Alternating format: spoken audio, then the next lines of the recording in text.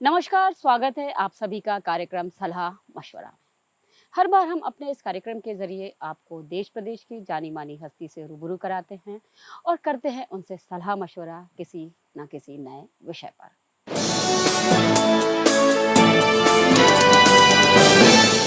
तो आज हमारे कार्यक्रम की शख्सियत है डॉक्टर विजय अग्रवाल, जिन्होंने 26 साल भारत सरकार में अपनी सेवाएं दी है। वहीं 10 साल वे उपराष्ट्रपति और राष्ट्रपति रहे शंकर दयाल शर्मा के प्राइवेट सेक्रेटरी भी रहे हैं। वहीं पढ़ने लिखने का शौक उन्हें था और इसी पैशन की वजह से उन्होंने रिटायरमेंट से पहले ही स्वेच्छा से सेवानिवृत्ति ले ली और उसके बाद वर्तमान में वे यूपीएससी की तैयारी कर रहे बच्चों को निशुल्क गाइडेंस दे रहे हैं। साथ ही वे लेखक भी है और 100 से ज़्यादा उन्होंने किताबें लिखी हैं। तो आज हम उनसे करेंगे सलाह मशवरा कि कैसे बच्चे यूपीएससी की तैयारी करें और उसके कई पहलुओं पर हम सलाह मशवरा करेंगे। तो नमस्कार डॉक्टर विजय अग्रवाल जी, आपका हमारे कार्यक्रम में बहुत बहुत स्वागत है। नमस्कार सुषमा जी। मैं आपके बारे में बहुत सी बातें जानती हूँ कि आप यूपीएससी की तैयारी बच्चों को करवा रहे हैं कि कैसे करनी चाहिए और साथ ही आप लेखक भी हैं।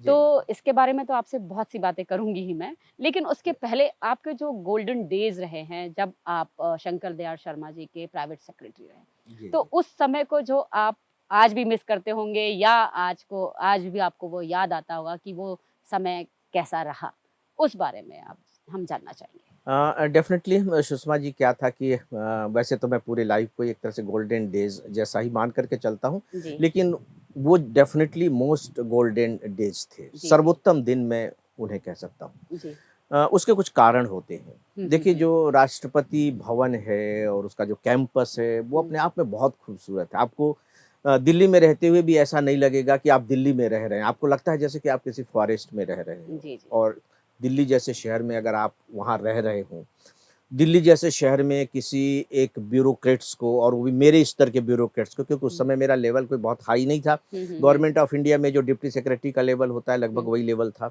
इतना बड़ा बंगला मिल जाए रहने के लिए, सुख सुविधाएं मिल जाएं, नौकर चाकर मिल जाए, ये सब बकायदे कानूनन मिलते हैं, ऐसा नहीं कि अनडू प्रिविलेजेस दिए जा रहे हैं। और दूसरी जो बात होती है राष्ट्रपति भवन की, वहाँ जो काम होते हैं वो बहुत ही फॉर्मल तरीके से पहले से प्री डिटरमाइंड होते हैं। सब कुछ पहले से निश्चित होता है। ऐसा नहीं कि जो मन आया जब चाहा तब राष्ट्रपति जी से मिल लिए कर लिए। मतलब गलती की कोई गुंजाइश नहीं होनी चाहिए। गलती की कोई गुंजाइश नहीं। अब फिर जो सवाल उठता है, जो जिसे मैं मिस करता हूँ, आपने कहा राष्ट्रपति जी से जो लोग मिलने आते थे, नो डाउट कि मध्य प्रदेश के भी लोग होते थे, उनके अपने परिचित भी होते थे, लेकिन जो पर्सनालिटीज आती थी मिलने के लिए, अब देखिए कि बाहर की कोई भी पर्सनालिटी आ रही है, राष्ट्रपति हो, प्रधानमंत्री हो, तो राष्ट्रपति जी से मिलने आएंगे ही आएंगे। उन सबको मैं बहुत ही लालसा के साथ देखता था कि अच्छा ये वो हैं, अच्छा ये रशिया के प्रेसिडेंट हैं, अच्छा ये ओमान के सुल्तान हैं, अच्छा ये प्रिंस चार्ल्स हैं, अच्छा ये डायना जी हैं, ये सब उस समय मिले हुए हैं उनसे। तो मैं बिल्कुल थ्रिल्ड हो जाता था, क्योंकि देखिए मैं तो बिल्कुल छोटे से गांव का रहने वाला, सिविल सर्विस में 1983 में मेरा सिलेक्शन हो गया। तो मुझे ऐसा लगता था जैसे कि किसी दूसरी दुनिया में पहुंच गए हूँ। फिर उनके साथ विदेशों की यात्राएं करने का मौका मिला। वहां भी उसी तरह की औपचारिकताएं, उसी तरह की भव्यताएं, कारों के बिल्कुल काफिले चल रहे हैं। तो वो तो एक जीवन का बिल्कुल अलग ही तरह का हिस्सा था। और किसी को देखने को मिलता नहीं है, क्योंकि हम सब पढ़ते हैं या फिर हम टीवी पर देखते हैं कि ये प्रिंस चार्ल्स है और ये रशिया के राष्ट्रपति है, या और भी कई हम शख्सियतों की बात करें, तो वहीं आप बिल्कुल एकदम साक्षात उन्हें देख रहे हैं, उनसे मिल रहे हैं, उनसे बात कर रहे हैं, एक अलग ही अच्छा एक अनुभव। जैसे अब नेल्सन मंडेला जी जब आए थे, तो उनसे मैंने आधे घंटे तक, पौन घंटे तक बातचीत की। अब कल्पना करके देखिए कि नेल्सन मंडेला से इतने लोअर लेवल के, कम उम्र के, अगर इस लड़के को कह लीजिए, कहना चाहूंगा, बातचीत करने का मौका मिल रहा है, तो ये तो कुछ विधि का विधान ही अलग था। तो सर, जो यादगार पल आपके रहे हैं और जो जिंदगी भर आपके पास रहेंगे, अब हम जानना चाहेंगे कि आप जब पीआईबी सर्विसेज में रहे और उसके बाद आपने तब की पत्रकारिता देखी और आज आप जो पत्रकारिता देख रहे हैं, इसमें आप क्या फ़र्क महसूस करते हैं? क्योंकि अब सोशल मीडिया का भी समावेश हमारी इन नई पत्रकारिता में हो गया है। तो आपके अनुभव के आधार पर बताइए कि क्या इसमें फ़र्क आया है और क्या चीज़ें सुधारी जा सकती है? मुझे लगता है कि अब हम कुछ ज़्यादा ही स्पीड से चीज़ों को देख रहे हैं और उसके साथ कदम ताल मिलाने की कोशिश करें जर्नलिज्म के लिहाज से। देखिए, जब आप चीज़ों को बहुत ज़्यादा स्पीड से देखें, जैसे बहुत चलती हुई ट्रेन से जब आप बाहर देखें, तो चीज़ों को सही-सही पहचानना मुश्किल होता है। जी, जी, जी। घटनाओं के साथ भी ये हो रहा है कि अब हम चूँकि स्पीड में शामिल हो गए हैं, एक तरह के रेस में शामिल हो गए हैं, तो तथ्यों की कितनी विश्वसनीयता है, उस पर हमने कितना विचार किया है, ठहर कर सोचा है, उसके लिए वक़्त ही नहीं रह गया है। सारी जो न्यूज़ हैं, हम कोशिश करते हैं कि ब्रेकिंग न्यूज़ बन जाए। करंट सिनेरियो की हम बात करते हैं, न्यूज़ में भी हमने देखा ही है कि अब जैसे नीट की एग्ज़ाम के बारे में हमने सुना कि बहुत उसमें अनियमितताएँ हुई है और बच्चे बहुत निराशा रही है उन लोगों की। तो अब जैसा कि आप बच्चों को गाइडेंस देते हैं यूपीएससी के बारे में, लेकिन वो ग्रेजुएशन के बाद है। लेकिन वहीं हम जानना चाहेंगे कि जब 12th के बाद बच्चे नीट की तैयारी कर रहे हैं और ऐसा उनके सामने ऐसी घटना हो जाए, तो एक तो बच्चों में निराशा का भाव तो रहेगा ही, जो हाँ, पढ़ाई बहुत ही कर रहे हैं उनको ज़बरदस्त। बहुत ज़्यादा धक्का लगता है। तो इस बारे में आप क्या कहना चाहेंगे? इसको पत्रकारिता से जोड़ते हुए आप बताइए और बच्चों के भविष्य के बारे में। देखिए, फ़ेम होना एक अलग बात है, सक्सेस होना एक अलग बात है। जी। पत्रकारिता फ़ेम तो आपको दिला सकती है, हुँ, हुँ। लेकिन सक्सेस नहीं दिला सकती क्योंकि उसके अंदर भी जो स्थायित्व का जो एक लाइफ़ स्पैन होना चाहिए, वो कम होता जा रहा है और वो विश्वसनीयता के अभाव के कारण। जी। जो आपने नीट की बात कही, हुँ, हुँ। ये बेसिकली एक रिक्रूटमेंट एजेंसी है, टेस्टिंग एजेंसी है। हुँ, हुँ। और किनके लिए वो टेस्टिंग एजेंसी है? जो आगे चल कर के हमारे देश के बहुत ही महत्वपूर्ण पदों पर काम करेंगे हुँ, हुँ। और महत्वपूर्ण प्रोफ़ेशनल दायित्वों का निर्वाह करेंगे। जैसे हुँ, अभी जो एग्ज़ाम हुआ जिसको लेकर के बवाल मचा है, हुँ, हुँ। ये क्या बनने जा रहे थे? हुँ, ये हुँ। डॉक्टर्स बनने जी। जा रहे थे। और अगर आपने गंगा को गोमुख से प्रदूषित कर दिया, हुँ, तो हुँ। आपके पास कोई चारा रह जाता है कि गंगा आगे जो है वो निर्मल बनी रहेगी, स्वच्छ बनी रहेगी? जी। एजेंसी तो गोमुख है ना। वहीं से जो लोग गड़बड़ी करके हुँ, और नीट में वो क्वालिफाई कर रहे हैं, डॉक्टर बन रहे हैं, उनकी विश्वसनीयता कितनी होगी? बिल्कुल। वो क्या क्या भविष्य होगी? रहेगा? वो क्या लोगों कल्पना की करके सेवा कर देखिए। पाएँगे? हाँ, जी। मुझे लगता है कि ये सामान्य मामला नहीं है। ये एक एजेंसी का फेलियर नहीं है, ये हुँ। सिस्टम का फेलियर है। एनटीए जैसी एजेंसी पर जब सवालिया निशान खड़ा हो जाता है कि उसकी विश्वसनीयता पे सवाल खड़ा हो जाता है, तो इस समय सरकार का क्या दायित्व होना चाहिए? आपके हिसाब से क्या होना चाहिए? क्या सोचते हैं आप? और बहुत अच्छा किस तरीके से इन व्यवस्थाओं को सुधारा जा सकता है? बहुत अच्छा आपने प्रश्न किया है। मुझे ऐसा लगता है कि सरकार को सबसे पहले चाहिए कि जो एजेंसी है नीट, इसकी जो पूरी की पूरी कार्यप्रणाली है हुँ, और इसकी जो संरचना है, हुँ, इसे पब्लिक डोमेन में लेकर के आए। हुँ, हुँ, मतलब कुछ सीक्रेसीज़ हैं, उनको ठीक है वो ना लेकर के आए, हुँ, हुँ, लेकिन बाकी चीज़ों को पूरे डोमेन में लेकर के आए। जैसे हुँ, उदाहरण के तौर पर यहाँ जो मैं स्पेशली बताना चाहूँगा हुँ, हुँ, कि आप देखिए कि 2017 में ये एजेंसी आ गई है, हुँ, इसके पास अपनी बिल्डिंग नहीं है। मैं बिल्डिंग की बात इसलिए कह रहा हूँ कि हुँ, बहुत इम्पोर्टेंट संस्था है हुँ, हुँ, और बहुत ही पवित्र और बहुत ही गुप्त कार्य कर रही है ये। हुँ, दोनों हुँ, पवित्र और गुप्त कार्य। उसके हुँ, पास अपनी बिल्डिंग नहीं है। जब आप इसमें काम करने वाले लोगों की संख्या देखेंगे ना, तो आप आश्चर्य में पड़ जाएँगे कि पूरे देश में सवा करोड़, 1.5 करोड़ युवाओं की ये एग्ज़ाम ले रही है। हुँ, हुँ, कई-कई तरह के एग्ज़ाम ले रही है और सरकारी अधिकारी और कर्मचारियों की संख्या वहाँ गिनी-चुनी है। आप दंग रह जाएँगे। हुँ, हुँ, फिर आप कैसे काम करा रहे हैं? हुँ, मतलब सारा जो काम है आपका आउटसोर्स हो रहा है। जी। आउटसोर्स जब आप करते हैं, तो आप गुप्तता को आप कैसे मेंटेन करेंगे? हुँ, जैसे हुँ, भारत सरकार ही है, वो भी भारत सरकार की एजेंसी है। हुँ, मैं बजट की बात बता रहा हूँ। हुँ, चूँकि मैं इसलिए बजट की बात मैं इसलिए बता रहा हूँ क्योंकि मैं उसमें शामिल रहा हूँ, कई-कई साल तक जी, शामिल रहा हूँ, जो हमारा बजट बनता है। जी, जी। कभी आपने नहीं सुना होगा कि बजट की कोई चीज़ लीक हो गई। हुँ, अब ये बात अलग है कि मैं स्पेकुलेशन में आ जाऊँ कि इस तरह का बजट आने हुँ, वाला है हुँ, और हुँ, हो सकता है कि उस तरह का बजट आ जाए, तो मैं हुँ, उसे जिस तरह से भी ले लूँ। तो ऐसा होता क्यों है? क्योंकि वो उसको मेंटेन करके रखते हैं। हुँ, हुँ, गवर्नमेंट की अपनी प्रेस है और जैसे ही बजट बन करके प्रेस में छपने के लिए जाती है, हुँ, वहीं लोग रहते हैं। जी। उनको बाहर आने की अनुमति नहीं है, उनके पास कोई फ़ोन नहीं होते हैं, हुँ, वहीं वो सोते हैं, वहीं वो खाते हैं, तब तक जब तक कि हमारी फाइनेंस मिनिस्टर हुँ, बजट को पार्लियामेंट के सामने नहीं रख देती। जी। इतना उस पर ध्यान दिया जी, जाता जी। है। इतनी सीक्रेसी रखी जाती है। कल्पना करके देखिए कि बजट की प्रिंटिंग को आउटसोर्स कर दिया जाए। जी। क्योंकि जो आउटसोर्स में जो काम करने वाले लोग हैं, ठीक है, जो मालिक हैं वो तो ध्यान रखेंगे, है ना, क्योंकि वो उनकी प्रतिबद्धता है, कमिटमेंट है। लेकिन जो लोअर लेवल पर जो काम करने वाले लोग हैं, उनके कमिटमेंट को आप कैसे इंश्योर करेंगे? और उनको लालच देने के लिए बाहर माफिया गिरोह घूम रहा है, और वो इस बात को जानते हैं।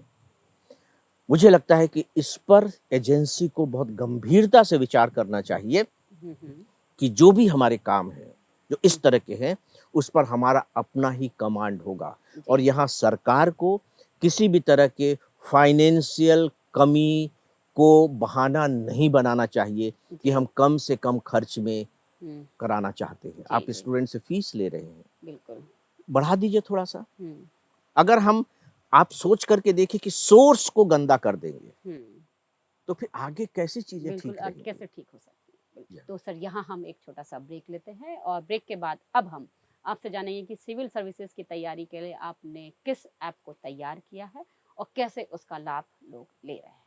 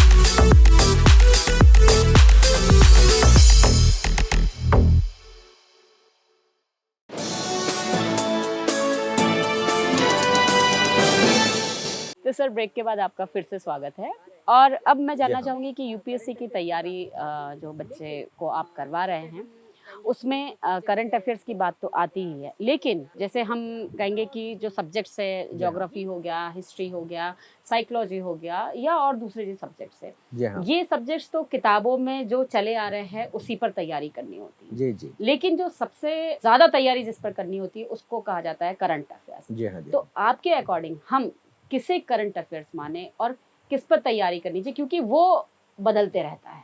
जो आपने तैयारी की बात की, इसके दो पोर्शन है। नंबर 1, अभी आपने अलग अलग सब्जेक्ट की बात की, उसमें हिस्ट्री भी है, ज्योग्राफी भी है, इकोनॉमिक्स भी है, पॉलिटिकल साइंस भी है, सारे के सारे सब्जेक्ट्स हैं और भी सब्जेक्ट। तो करंट अफेयर्स में आप किस टॉपिक को चुनेंगे, अब वो टॉपिक कौन सा होगा? आप देखिए कि 20-20 पेज के अखबार छप रहे हैं, दुनिया भर के न्यूज चैनल से वहाँ न्यूज आ रही हैं। ये तो इंडिया की बात है, पूरे विश्व में भी घटनाएं हो रही हैं, क्योंकि एक विश्व एवं भारत में घटने वाली घटनाएं, बस केवल यही सिलेबस है।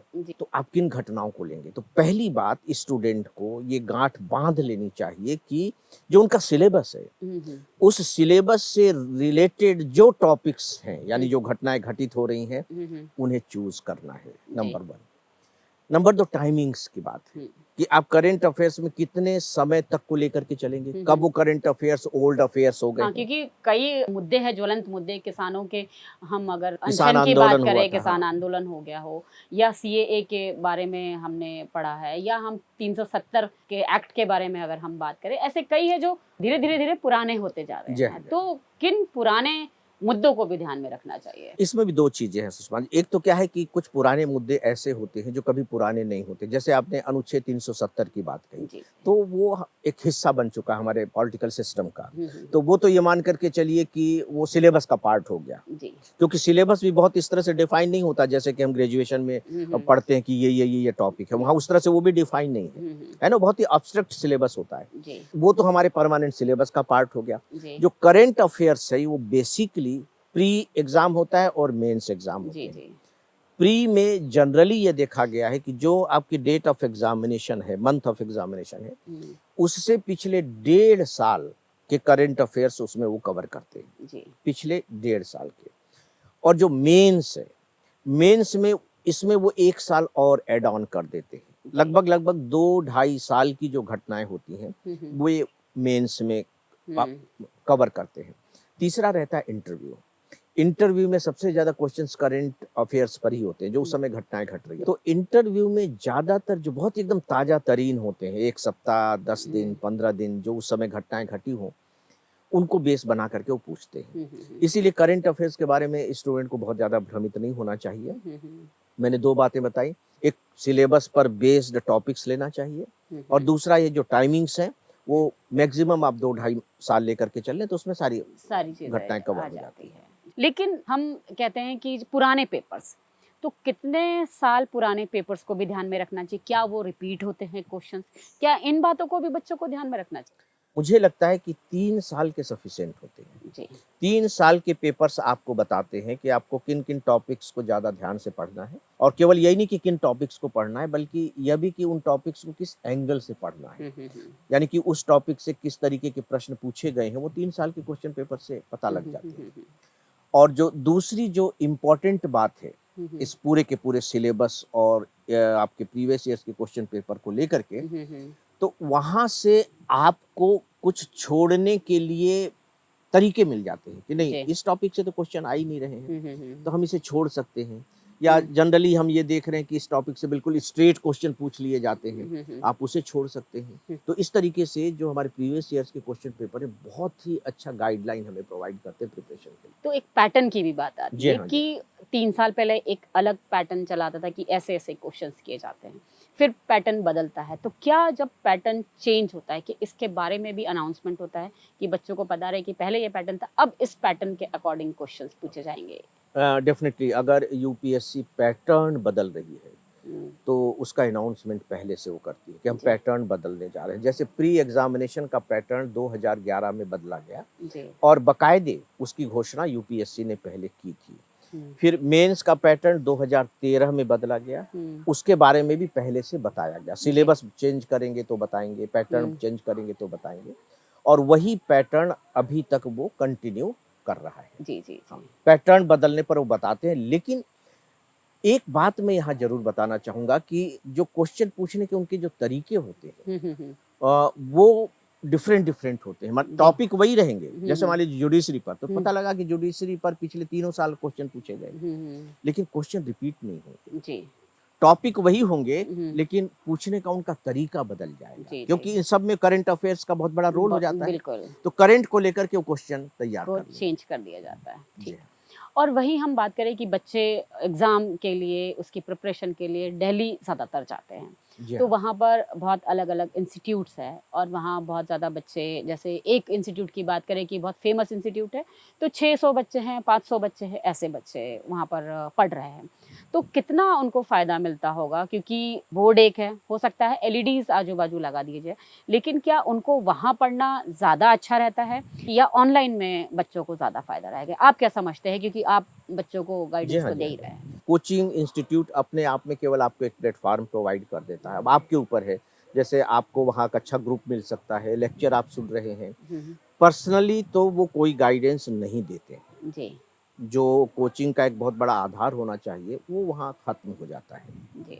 आपने पूछा ऑनलाइन और इसमें, तो डेफ़िनेटली जो ऑनलाइन अब आ गए हैं कोचिंग, मुझे लगता है कि वो एक एक बेस्ट ऑप्शन है। हुँ, आप हुँ। घर में बैठ कर के बड़े आराम से अपनी सुविधा अनुसार ऑनलाइन लेक्चर्स सुन सकते हैं। हुँ, एक लेक्चर्स को आप कई-कई बार सुन सकते हैं, हुँ, हुँ। रोक-रोक कर सुन सकते हैं। जी। तो तो वहाँ सुविधा नहीं है, अगर आपने एक लेक्चर मिस कर दिया, तो आपने हमेशा के लिए मिस कर दिया। हुँ, हुँ, दोनों के खर्चे में बहुत ज़्यादा फ़र्क है। हुँ, हुँ। आप दिल्ली जाते हैं, उसकी फ़ीस बहुत हाई होती है, वहाँ रहने का खर्च, फिर आप थोड़ा-सा होम सिकनेस भी आ जाती है, तो हुँ, वहाँ जाने के बाद आपको बहुत ज़्यादा मनोविज्ञान से लेकर के आर्थिक संकटों से गुज़रना पड़ता है। हुँ, हुँ, हुँ। आप ऑनलाइन में इन सब से बच जाते हैं। जी। लेकिन इसका भी एक बहुत बड़ा चैलेंज जो मेरा अपना अनुभव रहा है, हुँ, हुँ। कि जो ऑनलाइन जो कोर्स होता है, उसके साथ आप अपना डिसिप्लिन मेंटेन नहीं कर पाते। जी।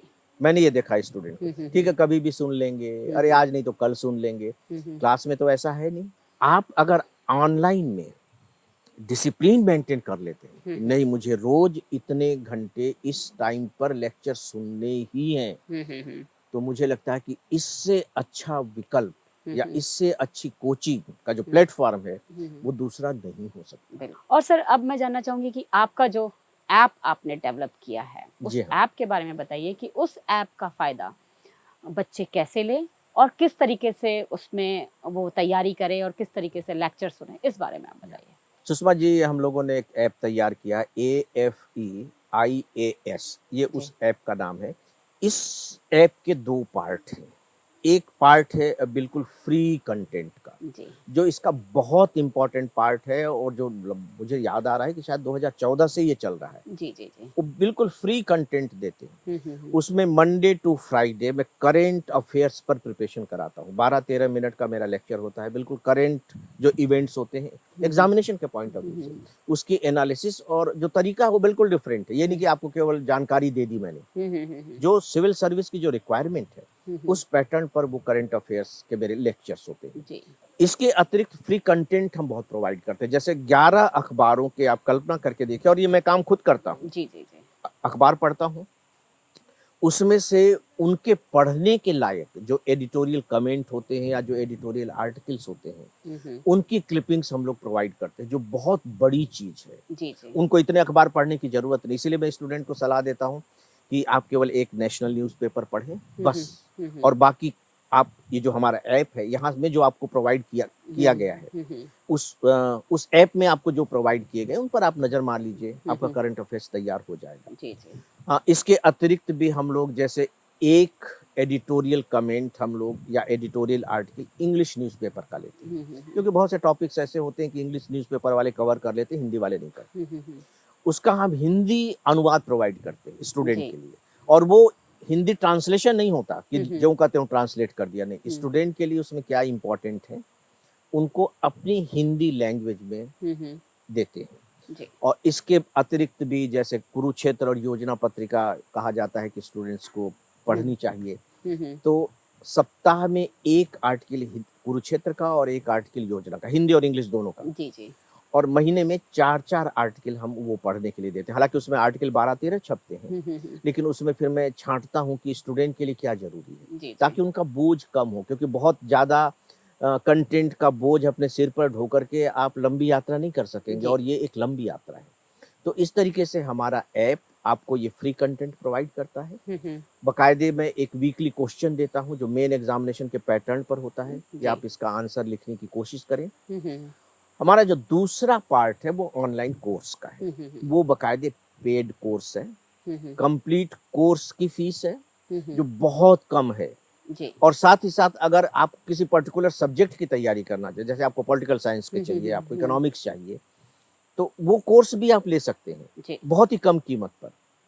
आप जी इमेजिन नहीं कर सकते कि उसकी कीमत सच में इतनी कम होगी, जी। लेकिन उसके पीछे सीधी सी बात है कि हमारा एक पर्पस है, हमारा एक उद्देश्य है, जी। और वो उद्देश्य बहुत ही सामाजिक किस्म का उद्देश्य है जी। कि उसकी कीमत इतनी रखें कोई भी स्टूडेंट उसे अफोर्ड कर सके। इसमें भी आप अलग अलग लोगों को आप लोगों ने हायर किया होगा जो एक पर्टिकुलर सब्जेक्ट की बच्चों को तैयारी करवाए, कि किस तरीके से तैयारी करवानी हाँ, चाहिए। ये भी प्रश्न आपने बहुत अच्छा किया सुषमा जी। हम्म। असली में क्या है कि हमारे जो लेक्चर्स हैं वो रिकॉर्डेड हैं, और केवल रिकॉर्डेड ही नहीं है, बकायदे एडिटेड है और एनिमेटेड है। जी जी जी। लेक्चर का एक एक सेकंड एनिमेटेड है। जी जी। जैसे मान लीजिए कि आप शाहजहां के बारे में पढ़ रहे हैं तो शाहजहां का चित्र आ जाएगा, ताजमहल के बारे में पढ़ रहे हैं तो ताजमहल का चित्र आ मतलब आपने जाएगा। उसे इंटरेस्टिंग बना दिया बहुत है। इंटरेस्टिंग बनाया हुआ जी है। जी। और इंटरव्यू के लिए क्या आप करते हैं? इंटरव्यू के लिए भी उसमें एक अलग से सेगमेंट है। अच्छा। इंटरव्यू की तैयारी कैसे करनी चाहिए, हम्म। इंटरव्यू में क्या क्या पूछे जाने की संभावना होती है, उसकी डिटेल्स भी बकायदे उसमें तो है। आपने बहुत अच्छी जानकारी दी। हमारे जो बच्चे सिविल सर्विसेज की तैयारी कर रहे हैं तो आपके इस ऐप का लाभ वो ज़रूर लेंगे हमारे इस कार्यक्रम को देखने के बाद। तो सर आपका बहुत बहुत धन्यवाद। आप हमारे इस कार्यक्रम में आए और बच्चों को एक अच्छा आप मार्गदर्शन दे रहे हैं। धन्यवाद सुषमा जी आपका। तो आज के कार्यक्रम में बस इतना ही। अगले हफ्ते हम फिर हाजिर होंगे किसी और नई शख्सियत के साथ। तब तक मुझे और मेरी पूरी टीम को दीजिए इजाज़त। नमस्कार।